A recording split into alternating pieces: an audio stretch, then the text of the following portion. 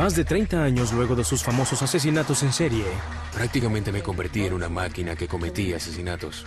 David Berkowitz, el famoso hijo de Sam, que le disparó a 13 personas y mató a 6 de ellas, cambió la explicación de por qué lo hizo.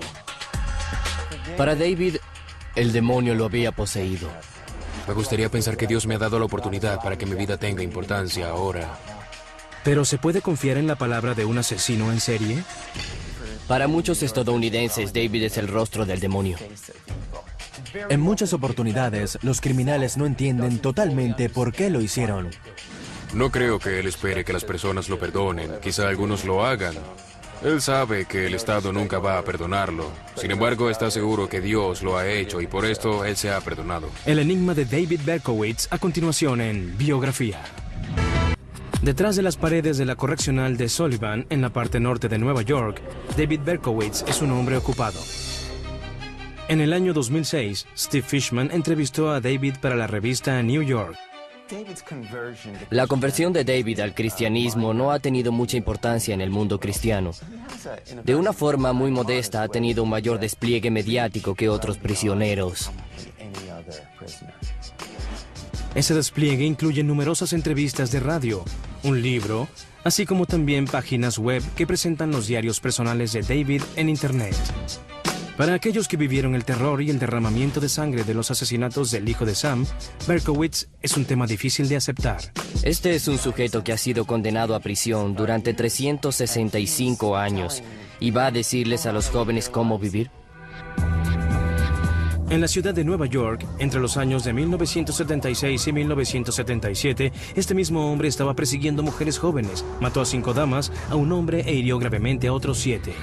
Creo que la ciudad estaba aterrada, me imagino más que para el 11 de septiembre. Engañó a la policía y a la prensa con cartas desquiciadas. Luego de que empezó, no pudo controlarse. Todos pensaban que podían conseguirse al sujeto en cualquier lugar. Iba a seguir haciéndolo hasta que lo atrapáramos porque no había ninguna indicación de que dejaría de matar. Fue un verdadero infierno.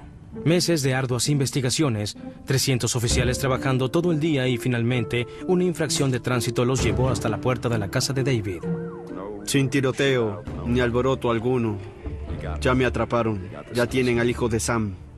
No había ninguna persona en Nueva York para agosto de 1977 que no supiera quién era David Berkowitz luego de que fue capturado. Creo que fui la primera reportera que lo vio. Era una persona muy ordinaria. Y al verle el rostro, podrías pensar que era inofensivo. Era una persona tranquila, reservado, siempre tenía una sonrisa en el rostro. Desde el arresto en agosto de 1977, David Berkowitz ha ofrecido una variedad de explicaciones de por qué cometió los asesinatos, pero también se ha retractado. Y luego ves que muchas personas presentaron diferentes teorías sobre el hijo de Sam. Y David invariablemente estuvo de acuerdo con algunas.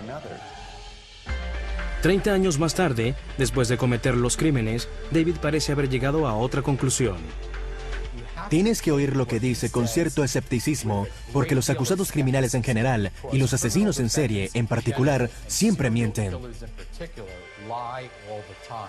A decir verdad, no creo que David esté diciendo mentiras. Pero no sé si alguien que ha hecho algo así asume realmente lo que ha realizado. Las sorprendentes revelaciones de una de las mentes criminales más polémicas del mundo. Un asesino en serie de este tipo comienza 10, 15 y hasta 20 años antes en la mente del individuo, en las fantasías y cuando sueña despierto. En junio de 1953, Pearl y Nathan Berkowitz del vecindario de Soundview, en una parte del Bronx, adoptan un niño de 3 años. Le colocan el nombre de David Richard Berkowitz. En uno de los primeros recuerdos de David, sus padres le explican su adopción y le dicen que su madre biológica murió cuando estaba dando a luz. Cada vez que él y sus padres pasaban por el tribunal del condado de Bronx, donde estaba el tribunal testamentario, señalaban hacia allá y le decían que fue donde el juez los recompensó con él porque ellos lo amaban más que a nadie en el mundo. Pero Nathan Berkowitz fue un padre ausente, trabajando largas horas en la ferretería mientras que Pearl se quedaba en casa criando a David. Sus padres consentían demasiado a su único hijo, pero David dice que desde la infancia él sintió que algo estaba mal, era algo que no podía expresar. Mis padres tenían mucha esperanza en mí. Intentaron criarme lo mejor que pudieron. Me alimentaron y me vistieron y me amaron mucho. Pero algo dentro de mí no respondía a ese amor, que me alejaba. Era muy autodestructivo. David era más grande que los niños de su edad y algunas veces actuaba como un bravucón. Como represalia se burlaban de él porque era adoptado. Y de algún modo, saber que era adoptado lo hizo sentir que no era para nada auténtico desde el primer día que se enteró. Además de avergonzarse por ser adoptado, David expresó que sentía culpa de que su nacimiento hubiese causado la muerte de su madre biológica. Años después, un psiquiatra le explicó a David que estos sentimientos que tenía en su infancia eran un papel fundamental en los asesinatos en serie de las mujeres. El médico le sugirió que más bien era que la madre lo había abandonado. David detestaba la escuela y luego de clases corría hacia su casa para estar con su cariñosa madre. Y mientras David la adora, también comienza a atacarla verbalmente y a echarle la culpa de ciertas cosas. Lo describió de este modo. Yo era muy cruel, ¿entienden? Y también era malo con ella. Se refiere a su madre adoptiva, le lanzaba objetos y la insultaba. En secreto, envenenó a la mascota de su madre para eliminar al rival con el que competía por el cariño de su madre. David dice que ella nunca sospechó. El hecho de haber matado a la mascota de su madre fue interpretado como una forma de vengarse de su madre. A mí me pareció que mató a un animal al que tenía fácil acceso porque sentía ganas de matar. Pearl se dio cuenta de que algo no estaba bien con su hijo. Por lo tanto, cuando David tenía 10 años, lo llevó con un psicólogo infantil. Berkowitz tuvo una infancia problemática. No fue tan difícil como la de otras personas, pero se enfrentó a muchas dificultades para ajustarse. Tenía problemas con sus amigos en la escuela y en la casa. Pero ya era un niño reservado que no permitía que nadie entrara a su mente. Porque en esta etapa la mayoría de los problemas del criminal están en su mente. Generalmente no revelan qué están pensando. Decía que en las noches se escapaba por la ventana, bajaba la escalera de emergencia y deambulaba por las calles de Nueva York cual vagabundo. Los paseos nocturnos de David continúan siendo un secreto. En 1966, a los 13 años de edad, David celebró el bar mitzvah. Pero lo que debía ser un momento muy alegre en su vida, no tuvo mucho significado para él. No soy un judío orgulloso, escribe más tarde. Se supone que los judíos son sinceros, cumplen las leyes y respetan a los padres. Yo no soy nada de eso, sino que soy una desgracia. Se sentía muy incapaz. Es uno de los principales factores para comprender la psicología de una persona. No explica la razón de por qué alguien comete unos asesinatos en serie o sexuales. Sin embargo, es una pieza importante para comprenderlos. Una noche, luego de haber celebrado el bar mitzvah, en un ataque de ira adolescente, David le dice algo cruel a su madre de lo que luego se arrepiente. Ella estaba preparando la cena y él le gritó, te odio, ojalá te mueras. Y básicamente fue la última vez que la vio con vida. Nadie sabe que tenía cáncer de mama en una etapa muy avanzada y cuando estaba cenando, se desmayó. A Pearl le habían realizado una mastectomía 3 años antes de que David naciera. Luego el cáncer volvió y le cobró la vida. David quedó devastado. Yo era mucho más apegado a mi mamá que a mi papá. Él siempre tenía que trabajar todo el tiempo, 6 días a la semana, no era su culpa. Obviamente cuando ella murió lo perdí todo. Luego de la muerte de Pearl, David y su padre se mudaron a un nuevo complejo habitacional en el Bronx, la Co-op City que crecía cada vez más. Es un nuevo comienzo para los dos. Pero allí, más solo que nunca, los paseos secretos de David se volvieron destructivos. Cometía vandalismo menor e inició varios incendios. Pero nunca fue atrapado cometiendo las fechorías. Si hubiese sido arrestado, le habría llamado la atención al sistema judicial, o al menos a otras personas que se habrían dado cuenta de que tenía un importante componente antisocial. Y era un factor bastante peligroso que ocultaba con esa apariencia de muchacho tranquilo, tímido, torpe y extraño. David le ocultaba todo a su padre a medida que se alejaban cada vez más. Mi papá me lloraba y me suplicaba que hablara con él y decía, no te conozco, eres mi hijo, pero pareces un extraño. Y eso era, no sé por qué, pero siempre había una especie de bloqueo. No quería compartir nada de lo que tenía en la mente y en el corazón.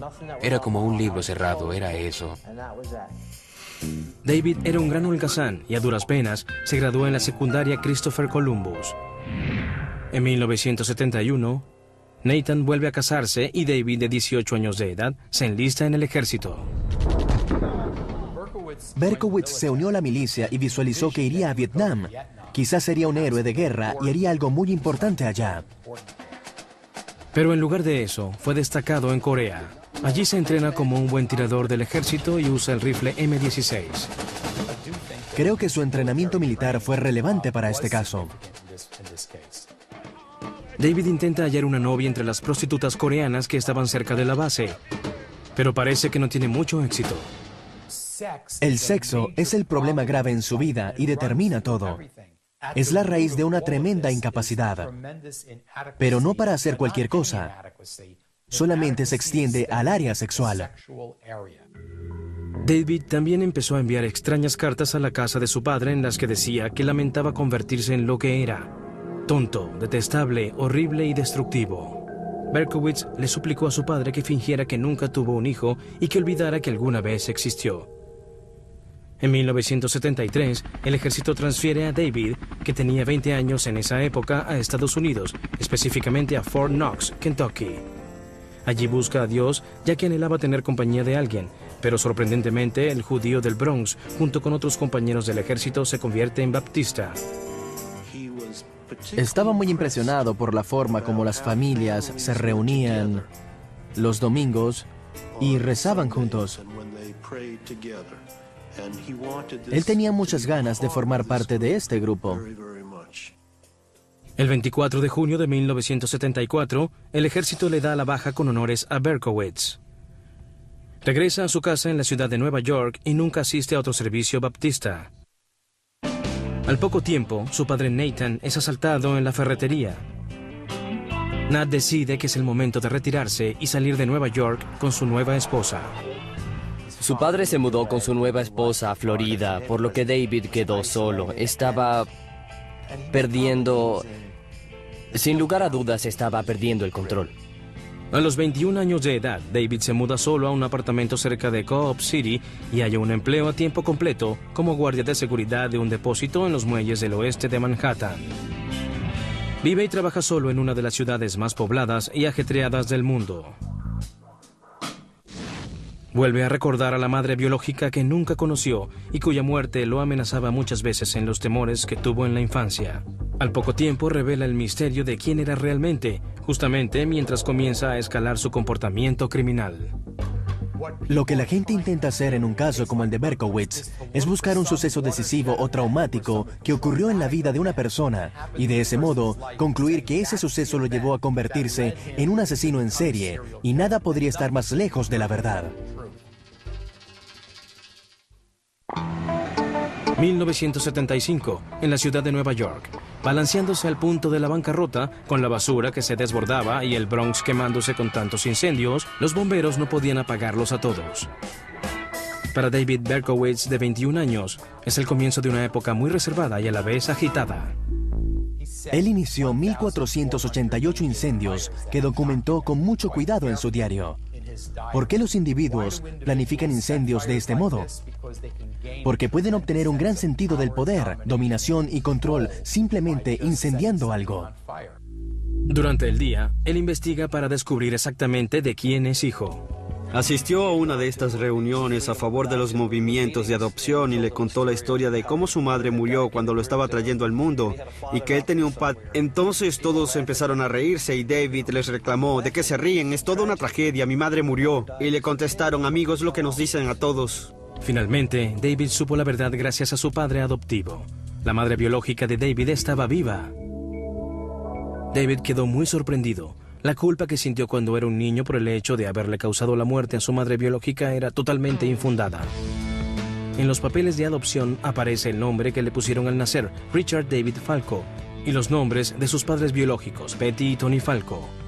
Intenta localizarlos durante meses, pero no halla nada, sino cabos sueltos. Frustrado y solo, David, que una vez intentó buscar consuelo en la religión, dijo que se uniría a un culto satánico. El mismo culto por el que cometió unos homicidios, según señaló más tarde. En el caso de alguien como Berkowitz, realmente no puedes confiar en lo que dice. Tienes que intentar oírlo, pero tienes que pensar que hay algo más porque las personas como él mienten constantemente. David manifiesta que se conecta fácilmente con las fuerzas oscuras que el grupo adora. Luego realizó un pacto de sangre para servir al demonio. Grité el nombre de Lucifer una y otra vez y lo invoqué varias veces. Decía, Sol de la mañana y del príncipe, mi Señor, ven a mí en este momento. Toma control de este servidor. Y sentí que me estaba desprendiendo de mi personalidad y que, de algún modo, estaba surgiendo algo más. David alega que el grupo le hizo sentirse como que pertenecía a una familia, así que con ansias aceptó todas las ideas. E incluso si creyéramos que participó en un culto de adoradores del demonio, David llevó todo eso al extremo. Al mismo tiempo, continúa buscando a sus padres biológicos. Luego de un año, tuvo éxito. Halla el número telefónico de su madre biológica, Betty Falco, y la llama. Las expectativas de David aumentan. Lo que pensó que sería un momento glorioso porque había hallado a su madre verdadera viva y en el que se abrazarían muy cariñosamente, resultó ser uno de los momentos más decepcionantes si no fuese el peor de todos. David fantaseó con que su madre era hermosa, pero la persona con la que se reunió resultó ser ordinaria. Alguien a quien él describe como una mujercita temerosa y nerviosa. Betty Falco se disculpó mucho por haberlo abandonado y lo llamó su pequeño Richie.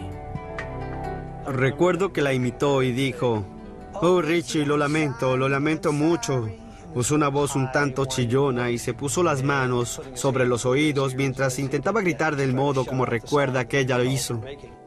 Oculta que está desilusionado y le dice a Betty que la ama y que la perdona porque seguro tuvo buenas razones para darlo en adopción. Luego Betty Falco le revela a David que Tony Falco no es su verdadero padre. Esta mujer también tenía sus secretos. Cuando Betty Brother, la hija de unos judíos pobres inmigrantes, se casó con Tony Falco, aún era adolescente. Al poco tiempo después, dio a luz a su primera hija, Rosalind. Después, Tony dejó a Betty por otra mujer. 8 años más tarde, Betty comenzó una aventura que duró mucho tiempo con Joseph Kleinman, un empresario judío casado y con hijos. En 1953 nació David, pero Kleinman se negó a apoyar a un hijo ilegítimo. Betty pensó que no tenía más opciones y arregló todos los papeles para darlo en adopción. En ese momento de su renacimiento imaginado, se entera que se había entrometido en la vida de estas dos personas porque simplemente habían tenido relaciones sexuales.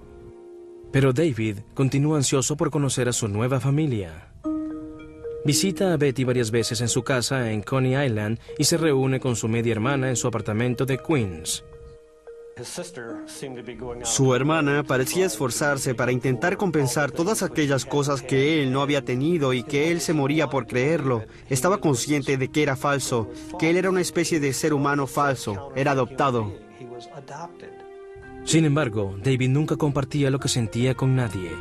Gradualmente, las visitas disminuyen y luego terminan. Más tarde escribe, me estaban dando muchas ganas de matar a mi familia biológica. Luché bastante para no convertir en acciones estos pensamientos, por lo que me alejé de todos.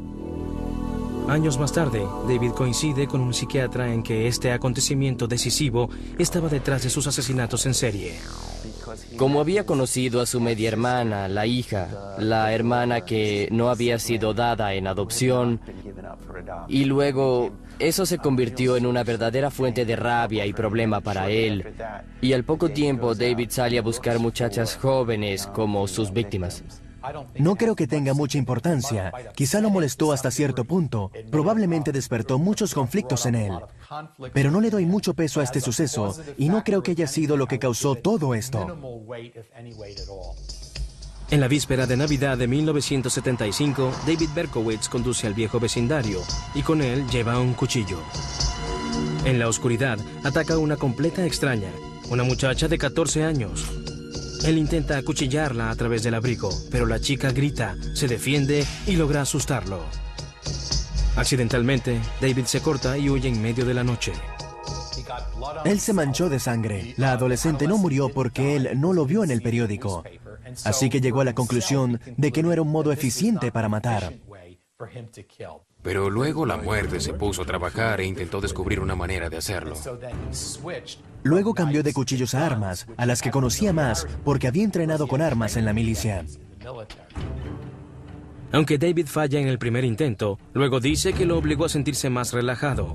Es cuando el asesino en serie está comenzando a surgir en él. Para el verano de 1976, en Nueva York se impone la moda de las discotecas. Mientras que las parejas bailaban y festejaban, David pasaba las noches solo en el trabajo como vigilante. Durante el día, él duerme, pero se queja con los caseros del nuevo apartamento en Winchester que el perro que constantemente ladra lo molesta. Se muda al cabo de 3 meses. En ese momento, David renuncia al trabajo y se muda a un apartamento diferente en Yonkers, en la calle Pine, que tiene vista al río Hudson. Pero incluso cuando llega allá, pronto comienza a quejarse sobre otro perro que ladra. Desde 1976 hasta 1977, David va de un empleo a otro, conduce un taxi, trabaja en construcción y finalmente da con el mejor empleo: trabajar desde las 4 hasta las 12:30 de la noche en la oficina de correos del Bronx. Algunas veces conduce a la playa para dormir en el auto. En la playa, da largos paseos para despejar la mente. Un día, toma una decisión. Y como lo explica luego en una carta: decidí que debía asesinar a una mujer para vengarse por todos los sufrimientos que me habían causado. Es muy frecuente que los objetivos de asesinos en serie sean extraños. No matan porque tengan conflictos con las víctimas, sino porque el asesinar a alguien es excitante. Así que buscan una persona para matarla. Para junio de 1976, David, de 23 años, visita a su padre Nathan en Florida. Nat ve cómo su hijo se mira al espejo y se golpea en la cabeza con las manos. Nat anima a David para que busque ayuda psiquiátrica, pero este se rehúsa a hacerlo y alega que nadie puede ayudarlo. David se va de Florida y conduce a Houston, Texas, para visitar a un viejo amigo del ejército. Allí, su amigo inocentemente lo ayuda a comprarse un revólver Bulldog calibre .44 para protegerse en el largo camino de vuelta a Nueva York. Y también compró balas en Texas. No quería comprarlo en Nueva York porque pensó que lo rastrearían muy fácilmente. Para David, el arma es la solución final. En su retorcida mente, todo puede solucionarse con un revólver calibre .44.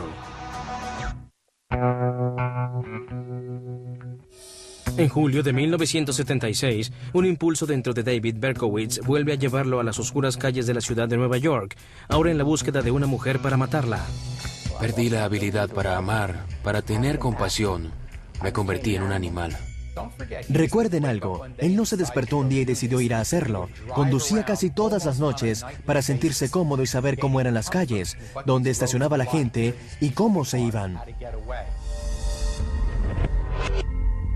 Jody Valente, de 19 años, deja a su amiga Donna Lauria, de 18 años, en la casa de sus padres en el Bronx. David pasa y ve a las chicas hablando en el viejo y azul Oldsmobile de Jody. Él se estaciona a 2 cuadras. Camina y rodea a las muchachas a cierta distancia. Jody lo ve. Y mientras Donna voltea, Berkowitz saca el arma de una bolsa de papel. Donna Lauria muere al cabo de unos minutos. Pero Jody Valente sobrevive luego de recibir una bala en el muslo y logra darle una buena descripción del asesino a la policía. Nos describió cómo tenía el cabello, la forma de la cabeza, el cabello, pero no recordaba el rostro. Mientras Berkowitz se va en el Galaxy Ford de 1970, cantaba felizmente: sentí una gran paz, y luego dijo: aunque no tuve un orgasmo sexual y físico, sin lugar a dudas, tuve uno mental. Luego de dispararles, me sentí como caminando en el aire. Esto también es muy típico en los asesinos sexuales. Luego de leer el New York Post, a la tarde siguiente, se entera de que ha matado a la primera víctima. Luego, Berkowitz sale todas las semanas, recorriendo vecindarios que están cerca de las principales autopistas. En Flushing, Queens, hiere a Carl Denaro, de 20 años, que estaba sentado en un auto con su novia.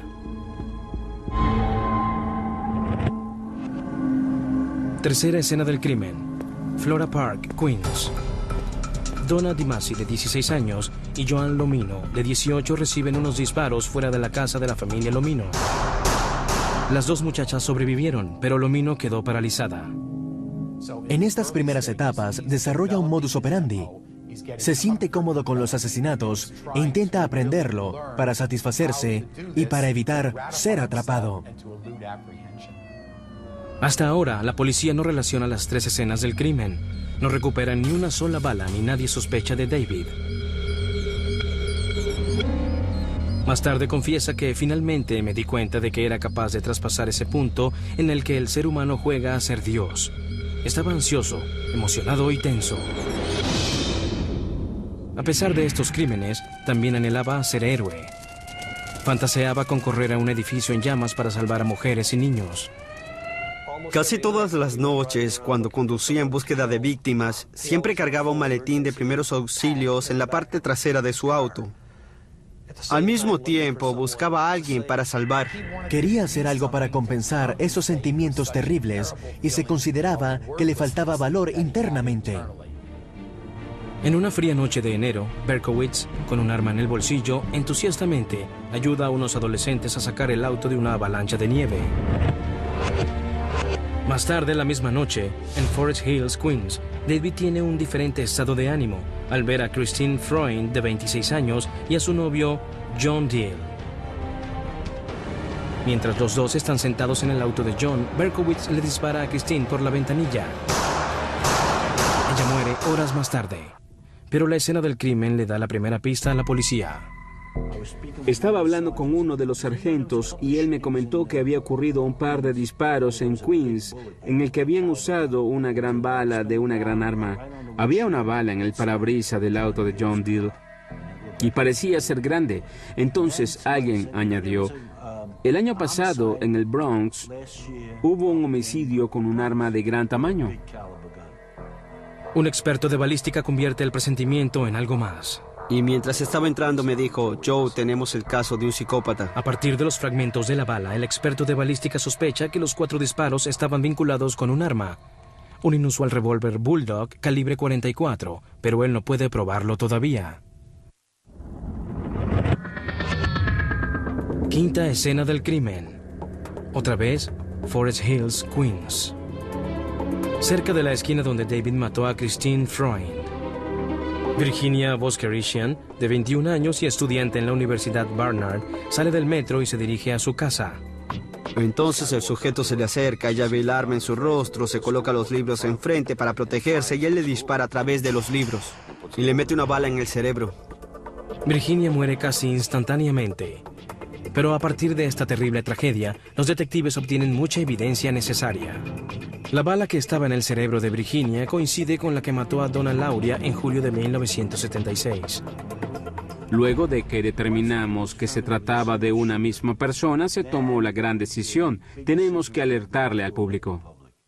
La policía revela que un hombre al que llaman el asesino del calibre 44 está suelto en la ciudad de Nueva York y que probablemente vuelva a atacar. Hay alguien suelto, acecha a jóvenes parejas, así que tenemos que vigilar a nuestros hijos, no permitan que salgan solos. El pánico invade la ciudad. Las mujeres se cortaban el cabello y se lo pintaban de amarillo porque creen que el objetivo del asesino son las morenas de cabello largo. Pensaba en el asesino del calibre 44 todos los días desde que lo anunciaron. Yo estudiaba en la academia de belleza que estaba arriba y la mayoría de las muchachas usaban el cabello recogido debido al asesino del calibre 44. Lo usaban así. Hay algo que ya no hago más: sentarme en automóviles aparcados. Recuerden que también mataba a hombres. Muchos fueron víctimas de él, así que... aunque parecía que perseguía a morenas, todos estaban al alcance de esa arma. Querías hallar a un solo hombre entre 8 millones de personas que había en la ciudad de Nueva York. A eso nos enfrentábamos. El capitán Borelli es el encargado del grupo de trabajo de homicidios que coordinaba la búsqueda del asesino en serie, la cacería más extensa que hubo en la historia de Nueva York. En abril de 1977, un mes luego que Virginia Voskerishian fuera asesinada, Berkowitz le envía una carta a un vecino en Yonkers, Sam Carr, y lo amenaza con tomar acciones legales si Carr no calla al perro que estaba constantemente aullando. Berkowitz no obtiene ninguna respuesta de Sam Carr, y el fin de semana siguiente sale en la noche una vez más a cazar. Condujo en el auto durante horas y de repente vio lo que estaba buscando. Los homicidas son criaturas de hábitos, por lo que siempre cubrimos todas las áreas donde ya han atacado. Berkowitz ve que pasa una patrulla y luego desaparece. Se acerca a un auto y la ingenua pareja está adentro. Valentina Suriani y Alexander Esau acaban de llegar a casa. David se acerca al auto de la pareja y dispara. Los dos jóvenes mueren casi instantáneamente. David les deja una carta en el auto y se aleja. Y para mí esa fue la carta. Allí fue donde cometió el primer error. Estimado capitán Joseph Borelli, me lastimó al decir que odio a las mujeres, pues se equivoca. Ya que soy un monstruo, soy el hijo de Sam, soy simplemente un mocoso. Escribió: me encanta cazar, merodeando por las calles en busca de un blanco fácil, una presa apetitosa. No quiero matar más, no señor, no más, pero debo honrar al Padre. Quiero hacerle el amor a todo el mundo. Amo a la gente, pero no pertenezco a la tierra. David terminó la carta con una advertencia. Déjeme atormentarlo con estas palabras. Voy a volver, voy a volver. Cuando le escribes a la policía o a los medios de comunicación, esto hace que una persona insignificante e incapaz sea muy poderosa. Esta persona tiene maldad y adquiere fama. La prensa se enteró de la carta y entonces el asesino del calibre 44 pasó a convertirse en el hijo de Sam. Días más tarde, David escribe otra carta al vecino Sam Carr. Me doy cuenta de que no viviré en paz hasta que no termine con tu vida, le confiesa en esta carta. Una semana más tarde, David dispara y mata al perro de Sam Carr. Mientras tanto, un periódico de Nueva York intenta convencer al hijo de Sam que se entregue. David responde con una carta al estilo característico del hijo de Sam, directamente para Jimmy Breslin del Daily News. Los saludo desde las alcantarillas de Nueva York, que están llenas de excremento de perro, vómito, vino rancio, orina y sangre. Aún estoy aquí cual espíritu que deambula en las noches. Estoy sediento, hambriento y pocas veces descanso, y me ansía complacer a Sam. Me encanta mi trabajo. Finalmente he llenado el vacío. Pero no era así. Había un temor palpable en los corazones de las personas durante las noches. Bayside, Queens, cerca de la esquina de la famosa discoteca Eliphas, David está observando y esperando. La policía también está observando y esperando, pero se van antes que él. Se acababan de conocer esa noche y estaban sentados en un auto cercano. David se acerca, apunta a Judy y ala el gatillo. Les dispara a los dos, pero solamente los hiere, no los mata. David vuelve a escapar. La ciudad de Nueva York estaba experimentando un masivo colapso nervioso. Un año luego que comenzaran los asesinatos en serie, David tenía paralizada toda la ciudad. Luego de que empezó, realmente no podía evitarlo. Solo se controlaba para evitar al máximo ser arrestado. Era tan estimulante para él que simplemente quería hacerlo una y otra vez.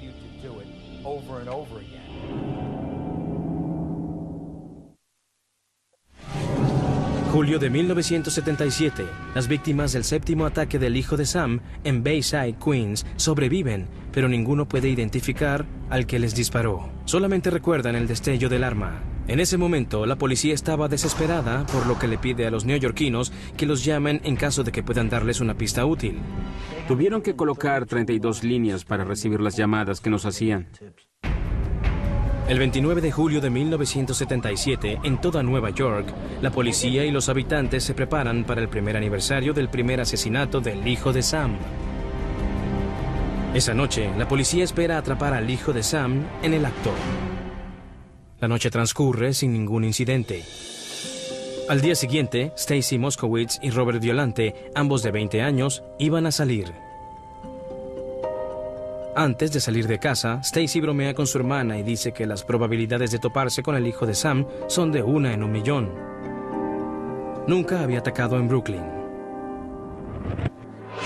Mientras la noche transcurría, Stacy y Robert se estacionan en un parque de Brooklyn. Pero ellos no sabían que David Berkowitz estaba allí observándolos. Así que cuando vio a los dos jóvenes actuar como lo hacen los enamorados, se molestó.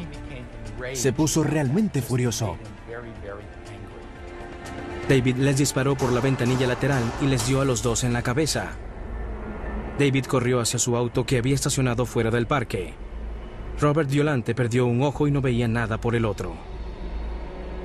Mientras que Stacy Moskowitz vivió durante 39 horas. Al día siguiente, la ciudad cambió el terror por la rabia. La gente decía, vamos a atraparte, desgraciado, pase lo que pase, vamos a dar contigo. Y ahora este ser insignificante, alguien que se sentía como un grano de arena en una playa al lado de muchos más, pasa a ser importante y finalmente ha triunfado. Y aunque David no lo sabía, la red para capturar al hijo de Sam ya había empezado a ajustarse. La policía recibe una llamada anónima de un empleador y denuncia a un trabajador sospechoso que se llama David Berkowitz.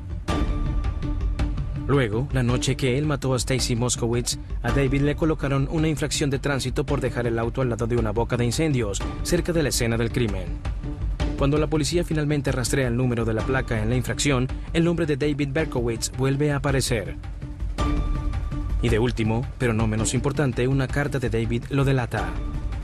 Sam Carr va a la policía a quejarse por un vecino raro que le ha estado enviando notas amenazadoras y que le mató al perro. Dicho vecino se llama David Berkowitz. Un equipo de detectives vigila el edificio donde vive David durante 6 horas, en espera de que llegue. Tenía el Galaxy Ford estacionado enfrente y en este claramente se veía un rifle semiautomático en el asiento trasero. Finalmente, David sale con una bolsa de papel y se sube al auto. En el asiento que está al lado estaba una bolsa marrón con el arma calibre 44 con que hizo todos los disparos. No presentó resistencia, ni gritó, ni hizo nada. Solo decía, ya me atraparon. David es llevado por la policía para ser interrogado. La prensa clamaba ver al que aterrorizó a la ciudad durante más de un año. Creo que quizá fui la primera reportera que lo vio, y al verle la cara noté que era muy ordinario. Es decir, casi pensarías que era inofensivo. Tranquilo, reservado, tenía una gran sonrisa en el rostro. Parecía que estaba interesado en lo que pasaba a su alrededor. Berkowitz confiesa haber cometido todos los asesinatos del hijo de Sam y revela unos detalles que solamente el asesino podría conocer. David también le cuenta a la policía sobre un crimen más sangriento que pensaba cometer esa misma noche. Cuando Berkowitz fue arrestado, tenía una ametralladora. Había fantaseado con ir a una discoteca y dispararles a todos los que se encontraban allí. Si no hubiese sido detenido, era muy probable que hubiese llevado a cabo ese plan. Incluso luego de que David fue capturado, no podía dejar de sonreír. Es una celebridad. No había ninguna persona en Nueva York en agosto de 1977 que no supiera quién era David Berkowitz, luego de que fuera arrestado. Así que esta fue la primera vez en su vida que fue famoso. Era tristemente famoso. En una conferencia de prensa, el padre de David, que tenía 68 años, estaba perturbado.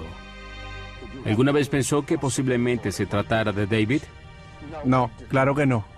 Luego de enterarse de que supuestamente era él, ¿qué fue lo primero que pensó? ¿Cómo reaccionó ante la noticia? Lloré. Esa noche, David explicó por qué se hacía llamar el hijo de Sam. Él le cuenta a la policía que el demonio se estaba comunicando con él a través del perro de Sam Carr, y él consideraba que este animal era el hijo de Sam Carr. Y según David, el perro lo mandaba a cometer asesinatos. Durante 8 meses, estuvo detenido en la sala de los prisioneros del Kings County Hospital en espera de una evaluación psicológica para ver si estaba mentalmente apto para ir a un juicio. En esta entrevista, David le da algunas explicaciones a un psiquiatra. Yo no tenía nada contra esas víctimas. ¿Quiénes eran para mí? Simplemente eran unas personas, no las odiaba ni estaba molesto con ellas. ¿Y por qué lo hiciste? Sam lo hizo a través de mí. Él me usó, me obligó a hacerlo. Les disparé por él, por sangre. Berkowitz no tenía empatía ni conexión, ni le importaba para nada a las víctimas. La barbaridad de sus crímenes lo convierte en el hombre más odiado en la ciudad de Nueva York. Luego de ver lo que le había pasado al ojo de mi hijo, deseé que le sacaran los ojos para que se los dieran a Robert. Espero que viva mucho tiempo con esto en su corazón y deseo que nunca tenga un momento de paz. Nunca. Nunca. Quiero ponerle las manos en el cuello tan solo una vez. Me quitó algo. ¿No querrías hacerle lo mismo? Sí, tiene problemas mentales, pero merece morir. Merece morir por todo lo que hizo. Al principio, 2 psiquiatras concluyen que David no está mentalmente apto para ir a juicio. Pero un tercer psiquiatra determina que mientras David haya actuado por impulso, no está demente. David va a juicio. No le hace caso al abogado y en mayo de 1978 se declara culpable de todos los cargos presentados. Pide que sea encerrado para siempre para no tener que volver a matar. Sin embargo, semanas después, cuando le estaban dictando la sentencia, David se enfureció y rompió las correas de la chaqueta de fuerza. Los oficiales del tribunal lucharon contra él para poder controlarlo. Lo llevaron de nuevo al juzgado y estaba tranquilo, pero de repente miró a su alrededor y distinguió a Neisa Moskowitz y comenzó a gritarle: «Stacy era una ramera, Stacy era una ramera». Antes que lo sacaran, Berkowitz grita: «Está bien, la mataría otra vez, los mataría a todos nuevamente». Neisa Moskowitz le gritaba: «Desgraciado, mataste a mi hija, te vas a suicidar». De manera sorprendente, más tarde, Berkowitz admite que estaba fingiendo para convencer a la gente que estaba poseído. Berkowitz es un experto en mentir. Te pone una trampa y si no te das cuenta, caes en ella. Es mejor analizar unos hechos del caso y no oír lo que él dice o lo que decide decir para explicar la razón de su conducta. 13 de junio de 1978, un David Berkowitz bastante controlado va a juicio. El juez dice que desea darle la pena de muerte a David. Pero en lugar de esto, David es sentenciado a 6 periodos consecutivos de 25 años cada uno. Es enviado a la famosa prisión Attica en el norte de Nueva York. En febrero de 1979, desde Attica, Berkowitz le anuncia al mundo que él había inventado la historia del perro que hablaba. Explica que nunca ha oído ningunas voces y que no está loco. Luego, en ese mismo año, David es acuchillado y casi lo mata otro prisionero, pero se rehúsa a delatar al atacante. Durante los siguientes 14 años, Berkowitz se mantiene de bajo perfil. Luego, en 1993, hace otra nueva y extraordinaria revelación que vuelve a poner al hijo de Sam en los titulares de la prensa. En 1987, David Berkowitz es transferido a la que es su actual casa, la Correccional de Sullivan, una prisión estatal de máxima seguridad en el norte de Nueva York. Allí, 15 años más tarde de que se declarara culpable de haber cometido 6 asesinatos en el caso del hijo de Sam, David hace un impresionante anuncio. Explicó que no habían sido los perros que hablaban, sino que el culto lo había obligado a cometer esos crímenes. En 1993, Berkowitz alegó que había sido dirigido por un culto satánico para crear caos en la ciudad de Nueva York. Sostiene que solamente disparó en 3 de los asesinatos y que en el resto había sido un simple cómplice. Sinceramente no sabía que la gente iba a morir ese día. Lamento mucho lo que ocurrió. Esa gente que no merecía perder la vida. Berkowitz señaló que se declaró culpable de todos los cargos para salirse del culto y proteger a su familia de una posible venganza. Los psicólogos forenses que habían analizado el caso de David consideraban que esta historia no es para nada creíble. A principios de la década de los 90, hubo un estallido de supuestos asesinatos cometidos por el culto satánico en Estados Unidos. Aparecían en todos lados. El FBI investigó las acusaciones en esa década y concluyó que no había ningún caso creíble en el país de asesinatos realizados por el culto satánico. David Berkowitz está paranoico. No es confiable, ni es el tipo de personas que se aceptaría en un grupo, ni es de los que compartiría la gloria con otro. Simplemente lo hizo solo. David ha vivido en prisión más de lo que ha vivido libre. La prisión es un lugar de una oscuridad agobiante. Aquí no hay nada. Simplemente hombres solitarios y arruinados cuyos sueños han muerto. Es todo lo que hay aquí. Y en ese infierno, a finales de la década de los 80, David Berkowitz tuvo un despertar religioso que lo convenció de dedicar su vida a Cristo. David se convirtió en cristiano fundamentalista que no solo considera que la Biblia es una moraleja o una fuente de orientación moral, sino que también es la verdad. Ve que el mundo es una lucha entre el bien y el mal, entre el demonio y Dios. Amén. En lugar de llamarse el hijo de Sam, David, que se considera judío a pesar de su cristianismo, comienza a llamarse el hijo de la esperanza. Este letargo, estas pesadas cadenas, estos grilletes invisibles, estas cadenas mentales que me sujetaron durante muchos años, se han roto. David dijo que con Dios ha comenzado a entender el propósito de su vida, uno que nunca se había imaginado. Él considera que como recibió conocimientos directos del demonio, se había convertido en un formidable oponente de ese ser maligno. El hecho de que haya cambiado de religión y haya renacido salvado no es inusual para los que cumplen sentencias de cadena perpetua en la prisión, sino que es muy común en el pabellón de los condenados. David ayuda en la capilla de la prisión y trabaja en el área de salud mental, donde proporciona asistencia especial a muchos prisioneros. Necesitan a alguien para hablar, alguien que los ayude a arreglar la cama, a vestirse, a alguien que sea su amigo, que los oigan cuando tengan problemas. Y esa es mi tarea. Yo soy el ministro que se encarga de ellos.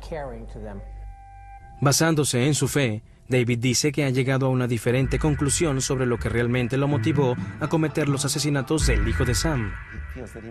Considera que estaba bajo la influencia del demonio desde que era niño y hasta que cometió esos asesinatos. Pero cuando estaba en prisión, descubrió a Jesucristo y pudo ser capaz de liberarse de estas cadenas en particular. Cuando Berkowitz recientemente dijo que pensaba que estaba poseído por los demonios en su infancia, realmente estaba concretando al tratar de explicar cuál comportamiento intenta entender todos los niveles de la motivación. Creo que mucha gente no está convencida de la conversión de David. El planteamiento que hace David, ya sea secular o religiosamente, es si merece ser perdonado. ¿Alguien que haya cometido los crímenes que llevó a cabo merece ser perdonado?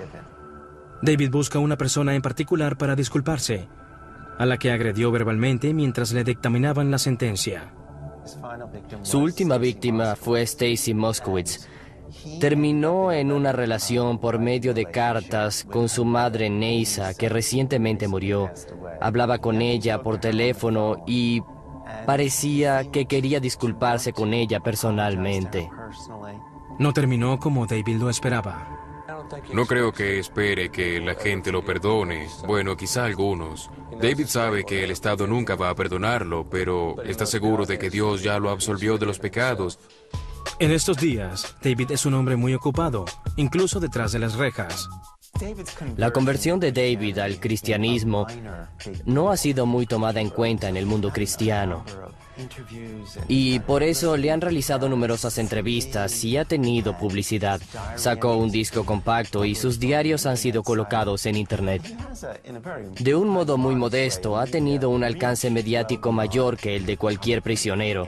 Ha tenido los medios para ser un famoso cristiano. La gente lo ha seguido debido a su historia. David dijo que recibe de 10 a 15 cartas semanalmente de todo el mundo, donde las personas les piden que los orienten. Él responde solícitamente. Me gustaría pensar que Dios me ha dado la oportunidad de que mi vida sirva de algo. Me ha dado un sentido y un propósito que busqué durante mucho tiempo. Asimismo quisiera pensar que de algún modo el pasado puede borrarse gradualmente. Yo no confiaría en todo eso en términos de considerar una posible libertad condicional, porque alguien como Berkowitz, para mí, volvería a matar. El 9 de julio del 2002, a David se le negó la primera oportunidad de salir bajo libertad condicional, luego de escribirle al gobernador que no lo pediría. Él me dijo que se había reunido con su ministro en prisión y que había decidido que no era el momento adecuado. Pero a David le encantaría estar afuera, le encantaría salir. No hay ninguna duda de eso. Tienes que sopesar el efecto terapéutico de la prisión del Estado antes de considerar dejar salir a alguien como Berkowitz o a otro asesino en serie. Bajo ninguna circunstancia. Es poco probable que David Berkowitz tenga esa oportunidad.